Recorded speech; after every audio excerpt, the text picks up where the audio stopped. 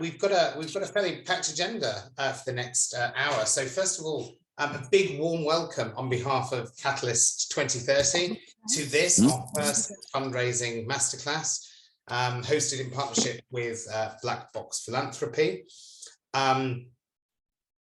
Welcome to Catalyst members. You will all hopefully know what Catalyst is about. And to those of you who may be uninitiated to Catalyst 2030, as you can see here, we're a global movement of more than 1,600 social innovators and their allies coming together and sharing a common goal of creating innovative and people-centric approaches to attain or at least accelerate the Sustainable Development Goals by 2030. Really nice to see so many people here, so many of our members and so many new faces. If you are new to Catalyst 2030 and you'd like to find out more, you can see here, you can join our movement. We'll share in the chat now. It's free and easy to join, and you can have access to this great community of global social innovators.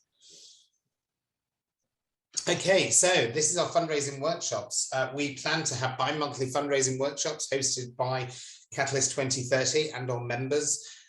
We did a huge review of our membership at the end of last year, and you told us it was a strategic priority to work on helping the membership bolster your fundraising ability. And so we're also today launching some accompanying fundraising resources that will be posted in the chat, and those are accessible via the Catalyst 2030 website. And we will be building that resource as we continue on through the year. Please do post into the chat. And that's a very young hello from somebody coming in there. Please do post into the chat about any areas that you'd be particularly interested about in learning about fundraising for your area of work. A very quick reminder to those people who are already members to join our next assembly. We've got Olivia from Co-Impact joining. Co-Impact is a new fund, a collaborative fund that's been set up to support social innovation. Co-Impact want feedback from social innovators around the globe and input from you about how they structure their giving. I think this is a real signal to the funding community of changing mindset, behavior and practice. So please, a reminder, do join us. And if you're not a member yet, if you join as the member, we will invite you automatically to our General Assembly. Okay, and then on to the really good stuff, the really rich stuff, the people that you're here to see today. So welcome everybody, but a particular welcome to Natalie and this incredible lineup of panelists. So a little bit about Natalie to introduce you. Natalie really does lead a purpose-driven life. She's a true collaborator, and we've seen that in her agreement to support and help for all of you to bring this session together today, and this wonderful panel of speakers. Natalie, you're not only a true collaborator, but you're also the founder and CEO of Black Box Philanthropy, which is a leading fundraising strategy firm serving global NGOs that exist to accelerate the social sector's effectiveness in solving complex problems on a global scale. You're also a B Corp, and you measure the triple bottom line of people, planet, and profit, and that's something that mission-locked social innovators are really all about. So we're in great company.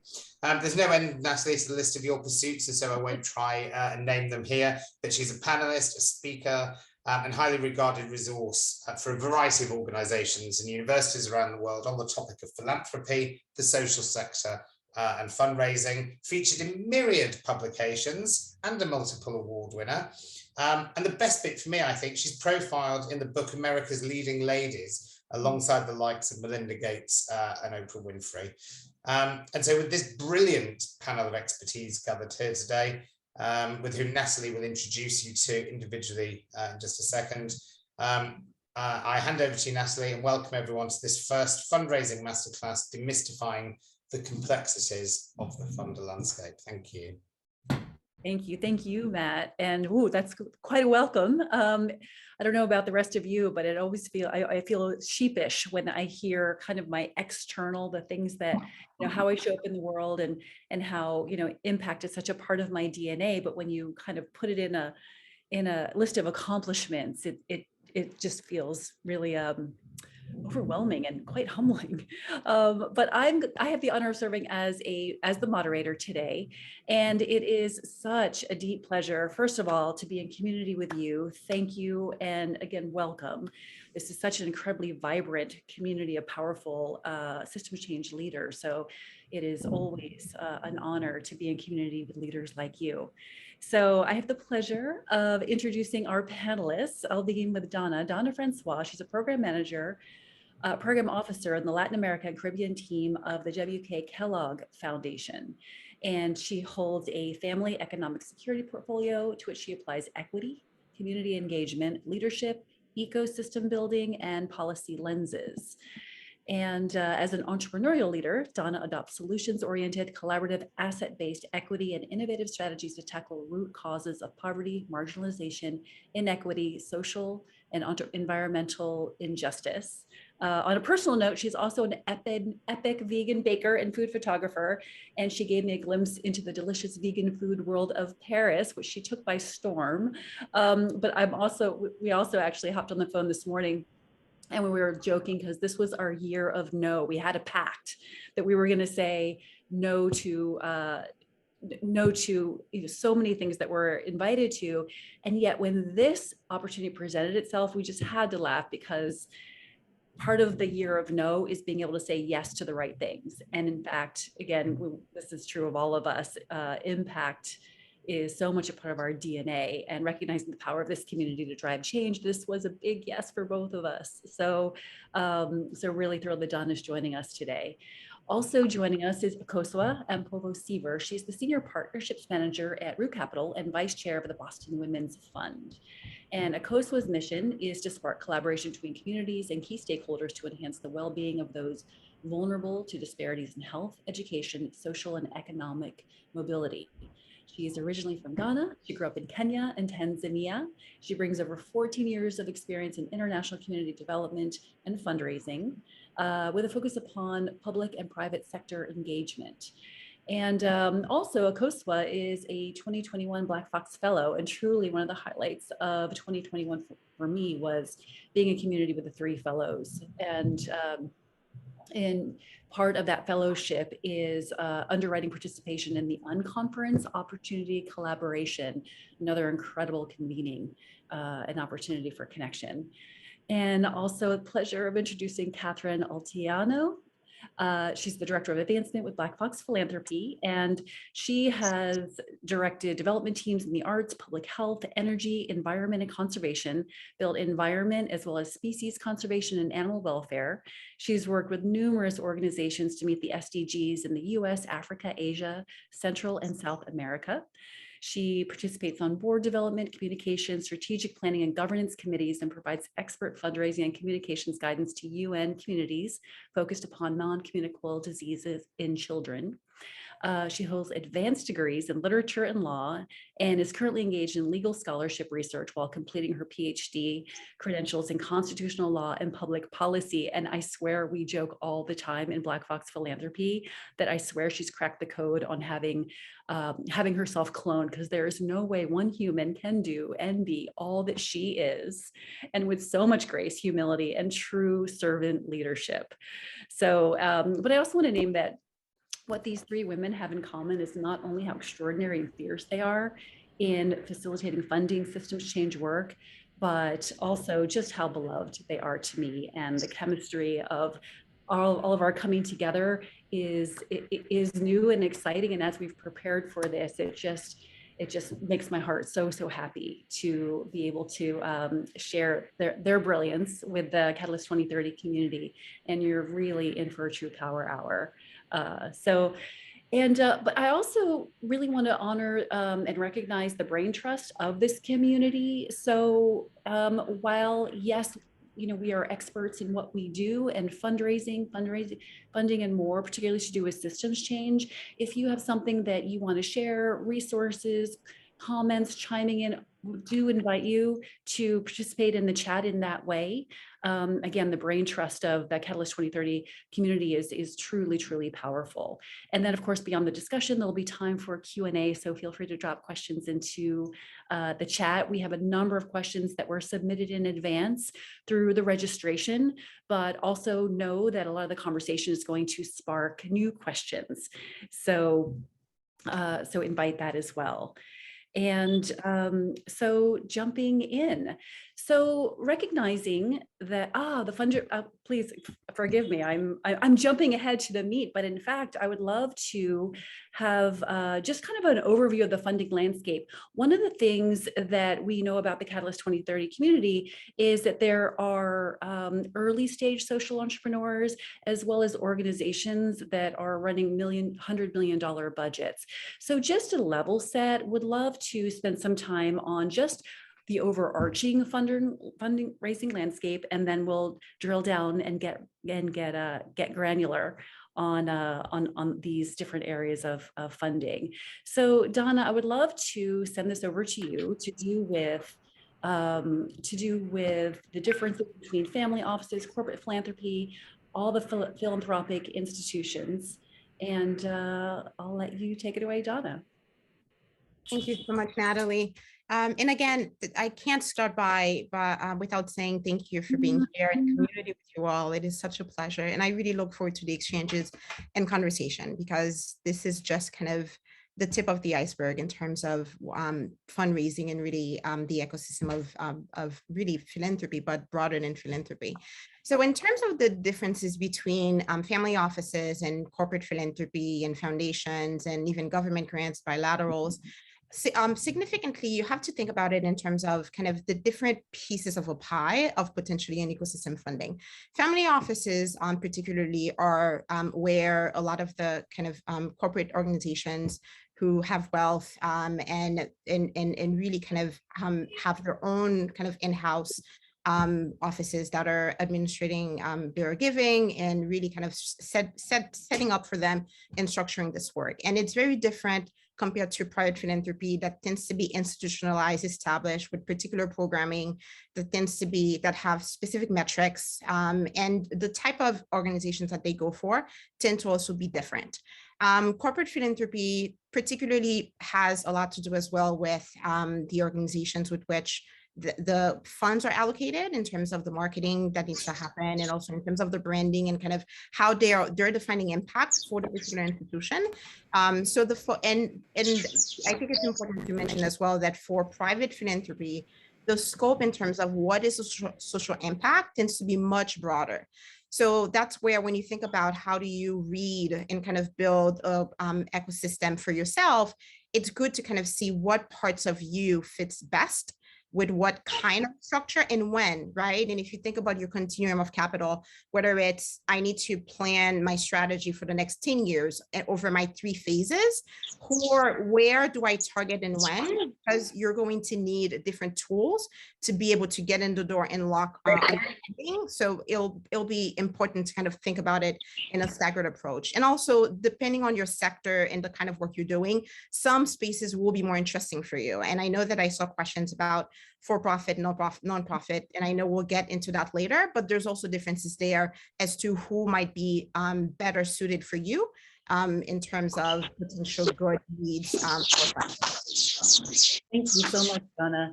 And just a request that you stay on mute. Just I have some feedback coming through, so just making sure you guys are on mute, other than of course our incredible speakers.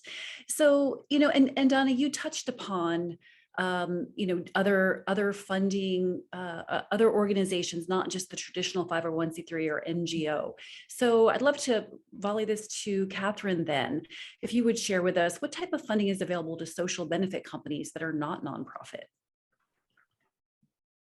So I think there's a lot of avenues open, and they may be surprising in that they sound like the traditional venues, but many foundations, for example, will make program-related investments. It depends on how you want to approach them, and how you're structured and what your mission is and what you want to accomplish. So a membership structure can be very valuable. Many organizations, especially social enterprises and nonprofits, will look to structure earned income revenue lines from the various that support and help articulate various aspects of their missions. Charitable contributions, whether deductible or non-deductible, there's a lot of different market and capital vehicles available from governments and private investment. I wouldn't overlook the option of prizes and engaging with real enterprise developers. There can be significant money on the table, as well as significant mentorship through your projects. And government also is a very important source of funding, especially as policy initiatives are articulated. Governments are working to realize those visions in the public sphere, just as foundations like the ones represented here today and nonprofits are working to realize their visions. So I noticed that there were some questions about whether or not foundations are set up to give money outside of the United States, for example. And those are some important things to kind of take on board and consider, because no matter where your organization originates, there are opportunities to address funding from United States agencies, whether they're foundations, family offices, et cetera. So giving some thought to who might be a fiscal sponsor for you, what your corporate structure might be, and how you address philanthropy and funding coming from the United States is a good thing to dig into. Great. Thank you so much, Catherine. Akosua, can you share insights on social impact funds and how they differ from traditional funds? Sure. So at a high level, the main difference between a social impact fund and your traditional funder is the type of return on investment the funder is looking for. So with traditional funds, they're looking for a social return. You know, they may be giving you a grant to support women's healthcare, and they're looking for improved healthcare outcomes. With a social impact fund, they're looking for not only that social impact, but a return in financial gain for them. They're thinking more from, you know, the sort of a private sector or business framework on their investment. So an example is Root Capital. We're a social impact lender, and so there are multiple models of making social impact investments. Root Capital's model is to pair capital with technical assistance. And so the idea being that you can provide an infusion of capital to address a specific business need. In the case of the businesses we support, it would be to purchase, say, coffee from farmers. But at the same time, we're providing technical assistance to build the organizational's internal operations and systems so that they can be better positioned for growth, to secure more resources from other lenders, to do more business with those farmers and improve overall livelihoods and opportunities within their communities. So yeah, high level. Beautiful, thank you. Well, and in terms of the landscape, that is high level. But one of the things we would love as takeaways for this audience, this community, is really how do we then approach all these different funders in a way that translates into deep relationships and let's face it, funding in the door. And so one of the things that we in our planning sessions, you know, really came about was what all of those funders have in common is they're humans. And that human-to-human connection and trust and more. And so, you know, so much goes into building those relationships around mindset and things along those lines. I'd love to ask you, each of you, just your view on the role of relationships in funding partnerships. And so, Catherine, let's start with you. Well, I can tell you, if I can just echo back to what Natalie said about hearing a list of things about yourself read out in public, it's a pretty weird experience, but Yeah, but I want to tell you, first of all, that I'm twice as old as probably all of you, and never say no to an opportunity. And that brings me to this point. Absolutely nobody accomplishes anything alone.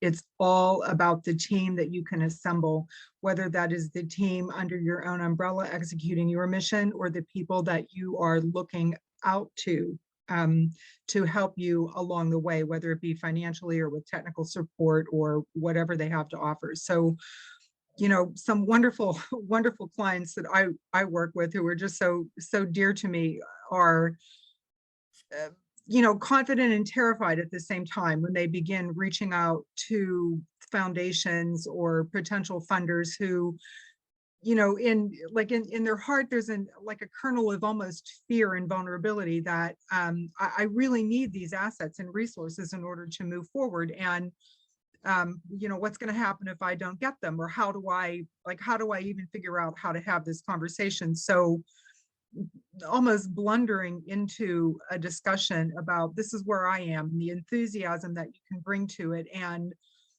you know, curiosity about what the person on the other side of the table from you is doing. And this may sound very simplistic, but I actually tell this to clients before going into foundation meetings or donor meetings. Try to find something in your heart that matches something in the heart of the person across the table from you. And then you will have the basis of a discussion. It really levels the playing field. It takes the table that you think you're sitting across from each other out of the room. And it begins like this process of humanizing these transactions and these kind of interactions. And the funders are there because they want to talk to you. Right.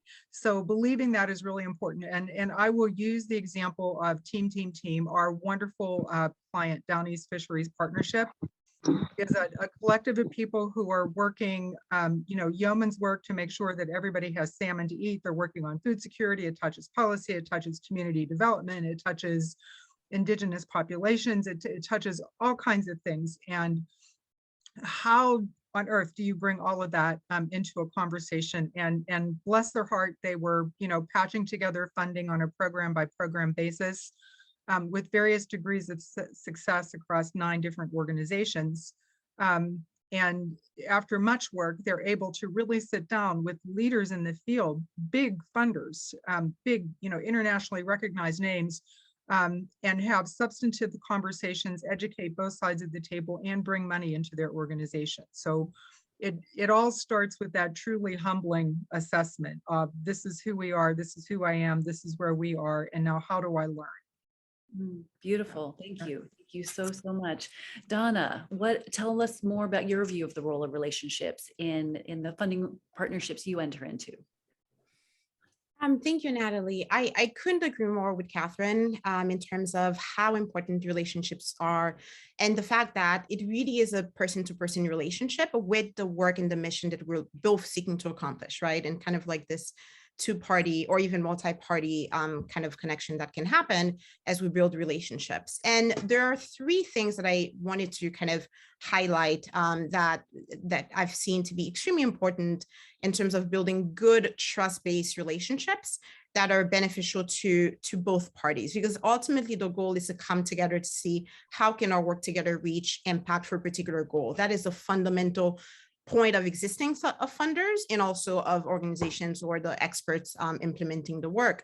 So the one thing that I think is very important to think about as you enter those relationships is that you have power and to own your power, right? And what is your power? It's the work that you do, it's your expertise, and particularly on this piece is the intentionality of bringing those in the room who knows the work best, because it provides you with the tools and the resources to be able to tell your story in the most compelling way possible, and also with an asset-based mindset. It's less important to talk about why it's important to tackle the issue, because if you're already in the room, we agree that this issue is important, right? And the SDGs, I mean, there's so many frameworks that we've established as a world for decades that we've agreed that there are a number of things that are issues. So it's less so about kind of making the case for why this particular issue is important, and more so about really seeing eye to eye as to here's what I bring, right?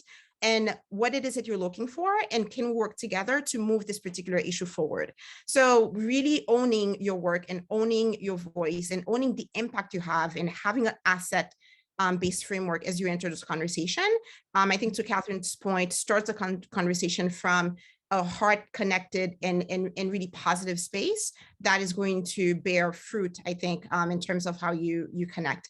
The other piece related to that as well, I think it's really thinking about, in the course of your conversation, as an example, or relationship building, is a what, how, when, and where, right? So having kind of taking, and I think that's what Catherine was referring to when she's saying, the curiosity in the conversation, right? There's an opportunity in that moment in time to ask the questions. So instead of coming and kind of getting ready to jump in, it's a unique opportunity to hear from the other party. And it's the same thing with whether it's a funder connecting to kind of inquire and see if they can find a partner to help advance a goal, or whether it's a nonprofit organization or a for-profit social enterprise looking for funding to advance the work, right? And the reason why I'm saying this is really to share that sometimes the origination of the interaction and the interest sometimes comes on the funder side. Sometimes that's the reason why you're having the meeting, because you got a call from somebody who saw what you were doing. So within that, I think really taking the time to ask, what do they care about? Why they care about it gives you the tools to be able to then frame. And it's like when you're, going to a job interview, how do you frame your story to be able to kind of advance the work? And I think there's a brief kind of example of that really lands it in terms of educating a funder. Our work in Mexico, our work in the LAC team at the foundation is both for Haiti and Mexico. We don't necessarily do much water work because it's just not one of our focus areas. But about 8 years ago, actually, and a conversation and introduction from one organization to another, and that's another key point, introduce your funders to your colleagues and your partners, because that's also some of the ways that helps increase the pool. And really, they educated us in many ways why it was absolutely critical for water work to happen in order to reach the goals that we were focused on as an organization. And now, nearly 10 years later, we have a significant investment strategy in Mexico around water issues, and with many partners across different pieces of the ecosystem. And now it's influencing our work in other places as well. And that came from the education that we received as a funder organization from actors and experts in the room. And that comes from really owning your work, owning your impact, and not being afraid to communicate that from an asset-based perspective, to really highlight the power of the people you're working with. Yeah, that's really, really powerful. And agree, owning your impact, owning your space in the room and in the world. And really as equals in the conversation, because you're both wanting to solve the same problem. Does it make sense for us to do that together? So thank you. I think going into that with that mindset is really, really powerful. So Akosua, would love your view as well, the role of relationships and funding partnerships, and what that looks like in your world. Well, I think Catherine and Dana actually said it really well. And as I was listening, I was like, what more can I add? But I think I would echo again, bringing it down and away from the transaction to the human relationship and the shared synergy and priorities that you both have. And then maybe I can add, in addition, when we're shifting away from that transactional, you're thinking long-term, and you're thinking beyond just, resources or capital for right now, for this year of programming. One of what I take the most joy out of when it comes to building relationships and partnerships is getting to that point where the partner, the funder, and I have a shared understanding. We have a lot of energy around what we could potentially achieve together. And we're at that point where the funder is now thinking, oh, well, how else can we support, this organization's mission? Who else do I know that I can introduce them to? I was in a conversation just yesterday with some new relationship stakeholders with an organization that Root Capital has worked with for many years, but there were new members in the room. And so I started by giving the quick overview of Root Capital. And then one of the colleagues I've known on the donor side only for a year said, what Akosua is not saying is, XYZ, and they presented Root Capital in an even more powerful way than I could have, just being Root Capital. And it gave me so much joy that they understood our work, they understood our value add in the sector, and we were in a position to start thinking beyond the right now, but how we play a larger role in the ecosystem and how we help one another achieve our shared impact ambition. And so that's what, how I think about the role of partnerships in funding, relationships in funding partnerships, the larger role we can play in the ecosystem beyond the right now. That's powerful. Very beautiful. Thank you, Akosua. So, well, then leaning into the information gathering and that sharing process, from the funder view, actually, Don, I'll turn to you on this. What's the typical choreography and information sharing between you and a potential grantee partner? It's across different levels. Information sharing is really change happens at the speed of trust. And relationship is the currency of trust, right? Good relationship and good communication. So in terms of the information sharing, it happens at the level of individuals to individuals, as I think we just described, right? In terms of getting to know the organization, each other, getting to understand where you fit together and how you might be able to work together along a particular set of issues. That's kind of one level. Now, beyond that, then there's a broader question as to what is the ecosystem of the work you're trying to do? What is the impact you're looking to have? And that's another opportunity to then look at how do we share information about partners that we have on the ground? How do we share information about even the types of funding? Because I want to come back to that. Like as an example, there's a very good story. And that goes to information sharing, and it's interesting on so many levels. So there's one organization, for-profit social enterprise, working in Haiti, Caribbean Craft, and they've won many prizes working with artisans in Haiti. We provided them funding to be able to work with women artisans, particularly right kind of before the pandemic. And a few months later, another organization who was doing similar work, who had approached us before, essentially called me and said, and that goes to relationship and kind of keeping in touch with one another. We had kept a relationship, even though they didn't receive funding. So we had a very easy conversation. So she called me and she said, well, why is it that I didn't receive funding and they received funding? And it made me realize that there's information that I had not shared.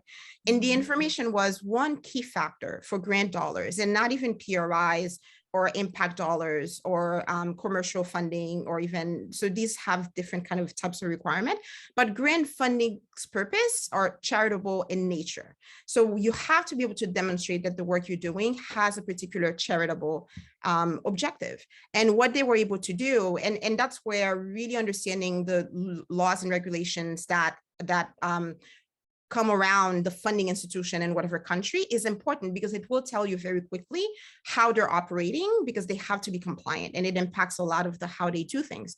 And there's essentially the notion of public versus private benefit. So as a for-profit, if your public benefit is greater in a particular body of work compared to your private benefit, then grant money is open to you. It's something that we can do. But if for whatever reason, the focus at this particular moment is one where the private benefit would be greater, is an instance, as an example, where grant funding will not be available because it doesn't pass the test of charitability from an IRS standpoint, as an example. So I was able to explain this to her, and having done that, it really led her to then think about strategically, and there's a resource that I know will be shared with you, to think about how do I structure my organization and what are the different legal structures that I can have to leverage different kinds of funding. I can leverage grant funding on this side of my programming. I can leverage commercial funding on this side. I can leverage impact funding, and so on and so forth. And I think that these types of information sharing are so critical in helping the innovation to unlock a lot more funding for a lot more partners, and in a way that is equitable. And I think the last piece that I'll say related to kind of conversation and exchange of information is that it's around getting to systems change and getting to systems change level impact. It is absolutely impossible to get to systems change level impact without constant exchange of information, collaboration, and close connection across the sector. Funders, implementers, NGOs, for-profit, folks working in advocacy, I think that that really is a currency of everything that we do. So again, going back to kind of the person-to-person relationship, keeping in touch, and even if it's a no for now, it can be a yes in the future, but that comes with the continuous exchange and sharing of information. Because our partnership it's not just about funding, but also what are some of the other ways we can bring value. Okay, super, thank you. Akosua, you can speak to both funder and grantee from your seat with Root Capital and other roles. So what have you seen be most effective in terms of learning about an organization and its leaders, that exchange? What have you seen that really advances relationships in a way where others might not advance the relationship? Yes, so I think one of the ways is engaging in building a relationship and knowing that you're going to start a bit slow, that you won't get, everything that you hope for out of that relationship after the first conversation. So being ready to have those slow burning relationships that build up over time to a point where you've established trust, a clear understanding of one another, clear values, and a focused area to build synergy. Other ways are getting introductions. So, if you're from the perspective of an NGO, if you have a fellow NGO that does receive funding from that funder, getting them to facilitate the introduction, having them vouch for you. I'll give an example. So a lot of my work focuses on relationship building with USAID. And as you know, USAID is a massive institution with many different parts. So we started out with very central relationships and built champions within Washington, DC. And then as we started to move out and build more local, so country-based relationships, our champions started to help with the introductions. They showed up to those meetings at the country level. We had an existing grant where we were regularly engaging with our program officer, or in USAID speak AOR. And one day, after a little bit of silence, she said, "Hey, I keep hearing Root Capital's name popping up in the hallways. What are you talking to? What are you talking about with all the others? I want in on this. I want to be able to champion you loudly." And so that opened the door to thinking about how we engaged with this specific stakeholder in a different way, but also how we engaged across USAID to sort of amplify what we're trying to do, but also make ourselves available. Again, talking about getting to know leaders and the process taking some time, there are some funders that we remain close to. We provide, we schedule calls during COVID. We had every 6 weeks, we had a call just to share what we were seeing happening on the ground, how COVID was impacting the business of our clients, of agricultural businesses, and they would share what they were trying to do and what challenges they were hearing. And so it was just about sharing information. It was not about getting dollars in, but being a partner to address a shared challenge. Yeah, beautiful. Thank you so much. One of the things that was revealed in a call that we had in preparation for getting to serve here is the not coincidence, I suppose, but the fact that Hope for Haiti is a Black Fox Philanthropy client, and that Dana is in deep relationship with Hope for Haiti. So if the two of you might just kind of share some insights on the unfolding of that relationship, and from the beginning to where that relationship is now. I'll let you start, Dana, actually. I was going to defer to Catherine, but yes, no, with pleasure. So yes, we've known Hope for Haiti. We've been in conversation, I think, to Akosua's point, it really does take time. And that's where, again, it's so important to map for yourself along the continuum of capital, who do I target and how, because some partnerships will take more time. So we've known for Haiti for a few years, and we knew of their work, and they work across a number of issues: education, economic development, working with small enterprises, value chain around health services and kind of health supplies, and the south of Haiti. So we knew them for a number of years, and we had been engaged in conversation with them, what really just kind of around understanding what work they were doing. And also they educate us around what's happening on the ground. And we were able to develop with, I think, about maybe 2.5 years ago now, a relationship around around education and school reconstruction. But the interesting thing with that relationship, I think, is what happens a little bit after. So we engage in that kind of partnership. And then they've been doing amazing work supporting the rebuilding and strengthening of schools and so on. But we also spend quite a bit of time creating space for connection between our grantees on a regular basis. We host conferences, and it's called the Haiti Peer Learning Network of about 200 organizations. And really the point of it is supporting systems change, exchange of information, partnership and collaboration in a way that individually the organizations may not be able to do on their own. And Hope for Haiti was a key leader in that space, really connecting and partnering, not just wanting to partner with other funders in the space, but with other organizations as well in the space. And fast forward to before COVID actually in Haiti, there were some disruptions that really slowed down value chains and operations and so on. So we brought our grantees together to exchange and see how do you kind of tackle getting in communities and doing the work. And Hope for Haiti essentially put their value chain superpowers, I call, because they're really good at that and really kind of getting things to where they need to be. And they put it in service of the other partners who were on the call. So they started working together around getting resources and services. And right when COVID hit, getting PPE and getting those supplies to a number of organizations across the field in the south of Haiti. Fast forward again, a year later, now many of our partners have been working for about a decade now around food systems work and agricultural production at scale. So now they have since become the Haiti Local Food System Alliance, really targeting 5,000 farmers and 10,000 students, and really kind of touching the issue on both ends.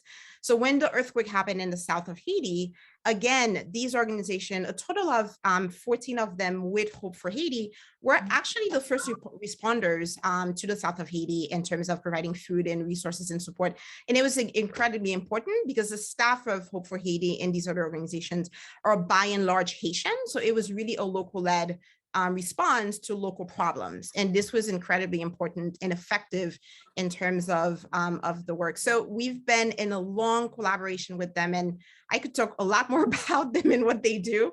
But I think that it truly highlights the power of partnership and connection. And Catherine actually was kind of made a comment in our conversations, and I'm like, oh, okay. It's good to know that it's not too painful to collaborate with us for so long. Well, and actually, Catherine, would love for you to chime in from the client side, right? Because we serve as an extension of many organizations' team. In fact, we take on the email addresses and reach out to funders on their behalf as an extension of their team. And so, Catherine, from your side of the table, what did that look like in terms of being an advancement specialist and that fundraiser on behalf of such a powerful mission?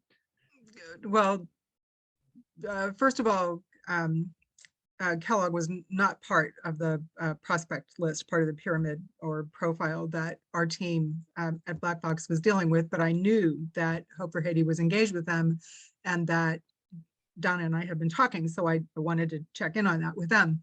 And I just happened to ask them, how's it going with Kellogg? And they said, oh boy, they put us through our paces on relationship building. Totally unsolicited sentence. And it made me laugh so hard because we had just had that conversation about relationship building, and that's exactly where they went to. But the thing that was quite instructive to me was that everyone said it with a big smile on their face. Everyone, totally like the body language all relaxed. They were ready to share what they learned, not only about Kellogg, but about Haiti and about themselves as an organization. So, from a grantee point of view, they're a very entrepreneurial organization. They can respond. And the reason they're able to respond nimbly is because they know where their point is in that sphere. And they know all the other points in the sphere, and they understand how it fits together. And the spheres are the communities they serve, the other organizations operating on the ground, the funders who are mobilized there, And they truly are a selfless organization in the sense that if somebody else wins to deliver a service or to put something in the community, then they've won. And it's really quite an amazing thing to watch a talented group of people learn so completely. They do their homework. You know, when they're sent away and couldn't answer a question or don't feel like they have a full answer to a question, they bring considerable, you know, their considerable brain trust together to figure it out. And they're quick in their ability to learn. Beautiful. Thank you. So I'm looking at time and would love to get to more of the questions. One of the things that we've prepared as part of our open source model is we do have a link on our blog called Leading the Donor Dance, and it really centers on this choreography around getting to know each other as equals on the impact journey. And so, you know, we'll create something after this. Oh, great. It dropped into the chat. So we'll create something that's like Dana referenced. We'll be sharing out resources and more. There's so much that we're covering that has bodies of research and articles and more. And so we know we can only skate on the surface with the time that we have, but to do with moving to, and there's so much more we wanted to cover, of course. This could be a, you know, of course unto itself. And many are teachers at universities on the topic of impact and more. So, but moving to the Q&A, so many incredible questions in the chat. So thank you so much. And fortunately, I'm being quarterbacked here by the Catalyst 2030 team with some key questions that have really emerged because there's a theme emerging.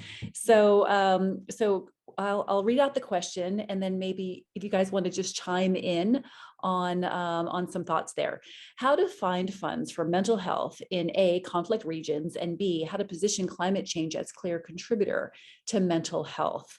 So I know that's that's getting quite granular in one particular area, but I'm wondering if anyone has any thoughts to do with finding funds for mental health, conflict regions, and also climate change as a contributor to mental health.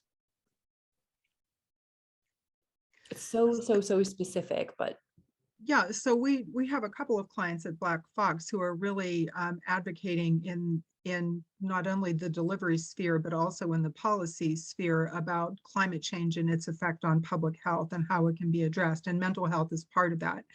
So again, I'm going to underline, and this kind of plays into the talk about, you know, big organizations and impact and consortiums and partnerships. Making those relationships is really important, because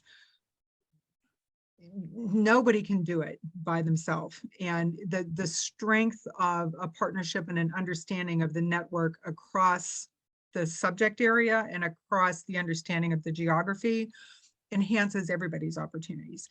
And some of our clients who are quite big, who are advocating in the policy space, have equal difficulty getting funding because they have the delivery challenges. So there's a terrific opportunity for partnership. And I can't stress enough the relentless networking to peers who are doing like work in order to strengthen asks, to strengthen proposals, and to gain and present deeper understanding of the issues and solutions to them. yeah. Thank you, Catherine. So actually, I'd love to hop in with another question that emerged to do with, you know, we're seeing, you know, big bet funding opportunities that favor large NGOs and more consortium building efforts. You know, what insights can you share regarding how to build strategic partnerships that translate into funding? And we actually, part of Skoll, when COVID hit 2020, we did a session on becoming big bettable. So maybe dropping into chat, maybe that as a resource, because there's so much there that goes into, I mean, a sophisticated funder is a sophisticated funder, whether it's 100,000 or 10 million. So there's a lot there on guiding, you know, becoming fundable. In the blog, it's big bettable. We talk about it on a big level, but a lot of it translates. So if you could share insights on, you know, building strategic partnerships that translate into funding, because that's a big part of big bet in the landscape now. And so actually, Akosua, I'll ask you first to chime in on that. Sure. And so speaking from the perspective of the Boston Women's Fund, so we provide smaller grants to grassroots women-led and girl-led organizations. And we're really one of their first funders, and we help them address, we give them unrestricted or general operating support to help them address the core challenge that they're trying to achieve. And paired with that, we also provide advisory services and coaching and mentoring to help them position their organization for growth, to continue to advance their impact ambitions. But we are also a connector in the philanthropic ecosystem in the Boston area. And so we know the other funders, and we can help influence and feed into the pipeline of other larger funders, including some big bet funders in the area. So one way is to start with where you are, who are your current partners, and how can they help position you for that larger funding? How can they facilitate introductions so that you're known, even though you're small now, this is your growth path, and how can they help you on that journey? Mm-hmm. Great, thank you, thank you. One of the questions, I love the timeliness of this, obviously, but here in Africa, we're worried about rejections of proposals, and most of reasons they are providing is the war in Ukraine. And so fundraising is hampered by discrimination as well. So how do we address that to organizations seeking funding when, let's face it, the world is on fire again, or concurrently on fire, as other parts of the world are also in great struggle with the pandemic and more. So to do with, how do the organizations navigate the fact that that time and time again, there's another crisis that's having foundations shift their funding priorities. So Catherine, if you wouldn't mind jumping in on that one. Okay. I'd be happy to, as I was turning that all over my head. So first of all, I'll kind of circle back to what we were talking about at the beginning of the call about the diversity of the fundraising landscape. And whatever an organization is doing and however you structure it, a 501c3, 501c4, LLC, social enterprises, B corporation, whatever it is, you're a business. 501c3 is a tax status. So there's a lot of homework involved in understanding what your revenue pillars are, as well as what your program pillars are and how you're going to drive the resources to uphold them. So diversity in funding avenues is a really, really, really important thing to consider. And it just has to be underlined that giving priorities or focuses are going to shift, whether it's in corporate, foundation, family offices, wherever it is. And that's a level of resilience that we have to build in. And I'd also underline that when an organization wants to, you suddenly realize, oh, well, I have to be networked in, I have to be part of it. Building into a communications plan kind of the pathway that involves how you communicate externally to in the public sphere, along with how you communicate to your donors and how you communicate with your funders is really important. Because, having passive internet assets or whatever that just kind of lay there. How do organizations find you? What do you do to make it easy for people to find you? Putting some practice around that and making it part of your effort is really, really, really important. And building out a robust development plan that has multiple avenues to funding is really important. Thank you. Thank you so much. One of the topics that we've not addressed, among many that we've not had the chance to address because of timing, is to do with multi-year funding. So Dana, how would you respond to, how do you source and proposition multi-year funding opportunities? And where are the best spaces to find funders to support multi-year strategies? I think in many ways, both questions are connected. The question before and this one, I think they're very similar, kind of at different sides of the aisle, if you will.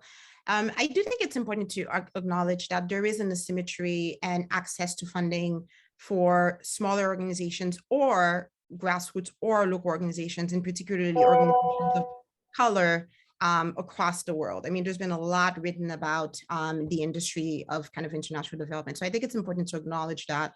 And I think those of us in the funding space across mediums and organizations do need to continue to think about how do we reduce barriers to really get to the organizations who have the most expertise, oftentimes to lead the work.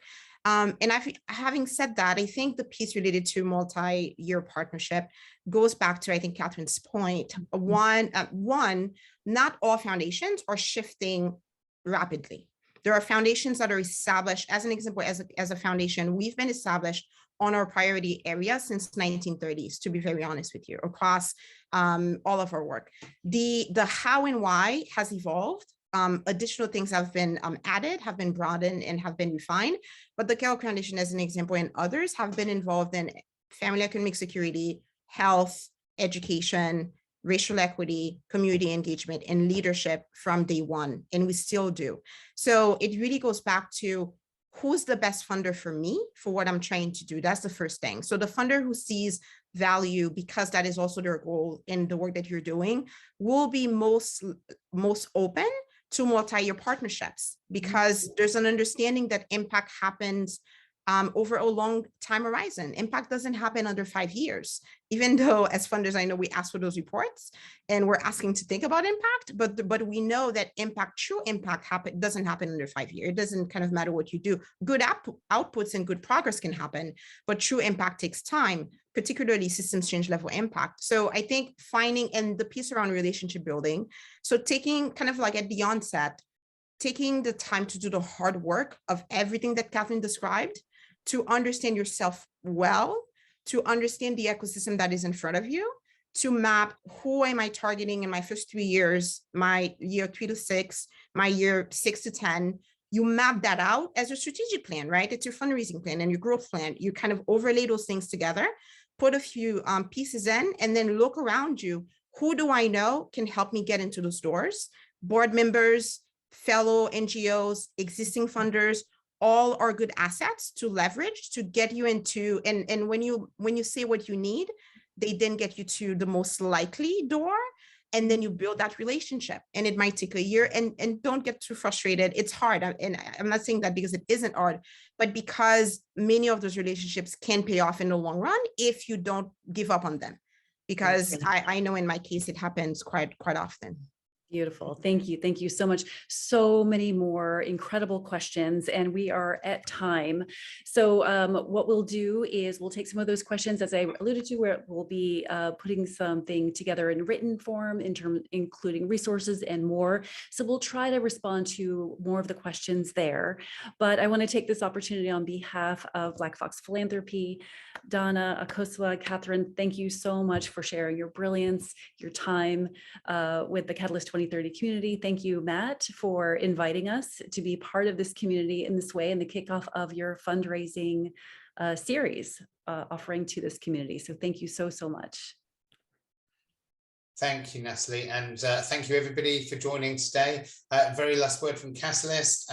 Great to hear so much thought and so much involvement today. This is clearly a very poignant issue that we need to address as a movement.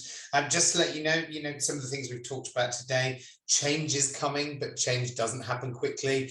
We've got several groups looking at things like how do we shift the current funding paradigm, and what are the shifts in behaviors of donors and funders and investors that we wish to see. There's lots of information on our website about that. Many of you here today have been involved in that work. We've got a new economies group that are looking at the financial architecture of financial systems around the globe and looking to pull out new innovations. We're launching in Catalyzing Change Week a social stock exchange, which will aggregate capital for investment in social innovation. And then, of course, we've got a donor learning group, which is a group of funders who are coming together that really want to adopt a systems mindset in their giving.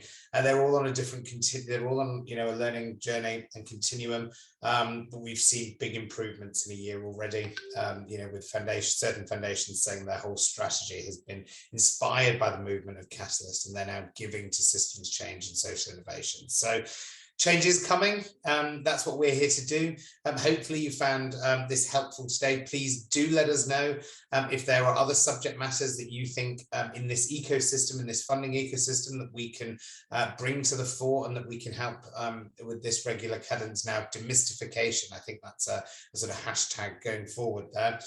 We're launching our resources webpage to help you all with some of these fundraising things, and thank you to everybody here today on the panel that suggested some great resources, and you'll see that posted in the chat. And as Natalie says, we'll be following this up with a blog to answer some of your questions that we didn't get to today. So thanks for joining us, and we hope to see you again at the next session.